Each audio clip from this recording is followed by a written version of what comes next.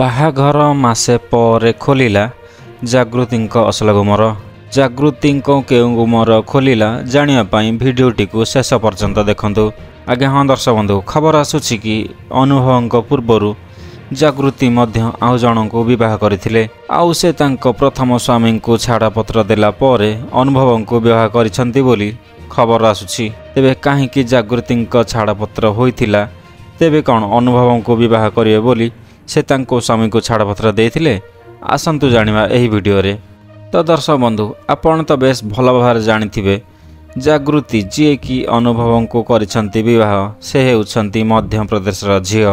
ଜାଗୃତି ଖୁବ୍ କମ୍ ବର୍ଷ ବୟସରୁ ଦିଲ୍ଲୀକୁ ପଳାଇ ଆସିଥିଲେ। ଆଉ ସେ ଦିଲ୍ଲୀରେ ପାଠ ପଢ଼ାପଢ଼ି କରି ସେ ଜଣେ ଜର୍ଣ୍ଣାଲିଷ୍ଟ ଭାବରେ ଖୁବ୍ ପରିଚିତ। ଆଉ ଜାଗୃତି ଅନୁଭବଙ୍କର ପୂର୍ବରୁ ଜଣେ ଭଲ ବନ୍ଧୁ ଥିଲେ। ଆଉ ଏବେ ସେ ବିବାହ ମଧ୍ୟ କରିଛନ୍ତି।